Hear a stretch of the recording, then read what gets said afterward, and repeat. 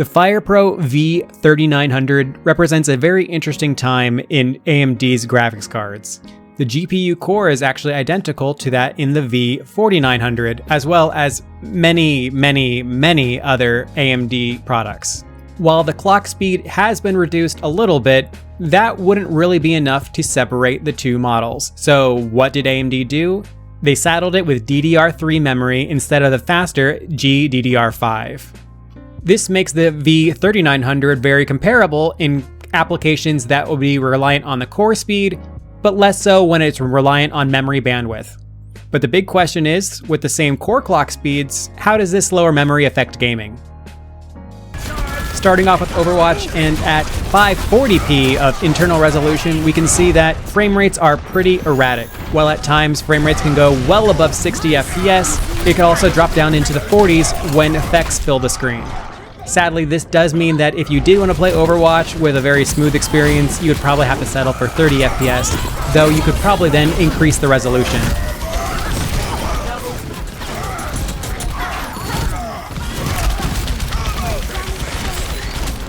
Dirt 3 at 1080p, low quality settings, we are somewhere a little bit north of 60 FPS on average, though it does dip into the mid 50s from time to time, which winds up being about a 15% performance decrease from the V3900 with the same core clock speeds.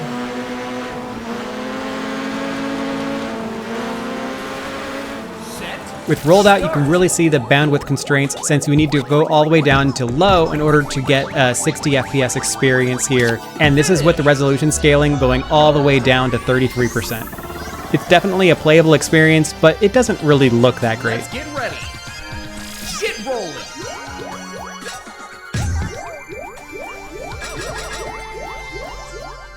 Torchlight 2 shines on this card since it's not really constrained by the low memory bandwidth. With performance above 70 FPS at 1080p max quality settings, there's really nothing standing in the way of you playing Torchlight 2 on this card.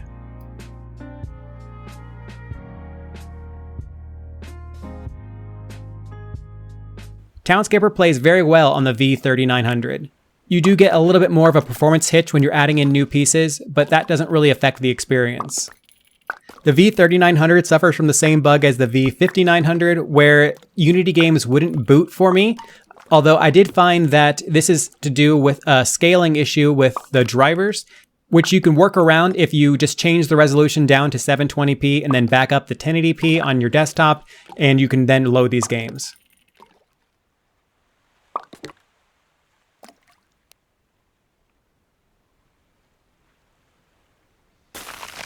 Super Auto Pets also runs very well on this card, with really nothing stopping you from playing these simpler 2D games.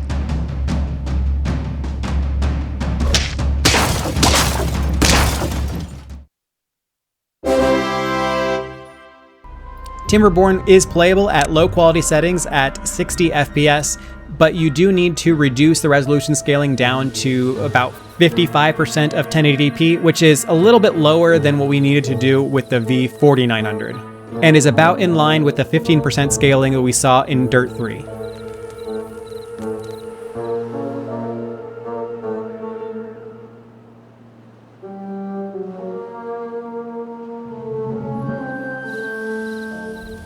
Temtem is pretty playable on the V3900, though 60 FPS is off the table even at the low quality settings, unlike the V4900. We were able to play at 30 FPS at 648p, which is a step down from the 720p on its bigger brother.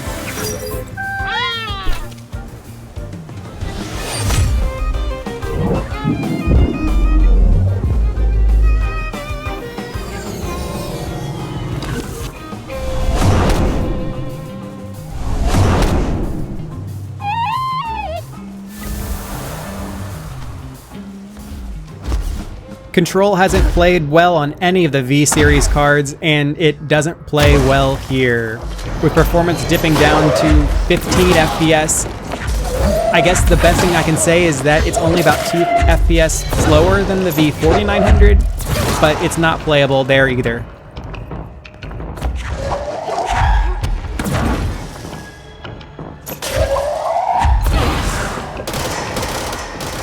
Compared to the V4900 though, PUBG holds up pretty well. At 70% of 720p or 504p for those keeping track at home, it's above 30 FPS in most situations.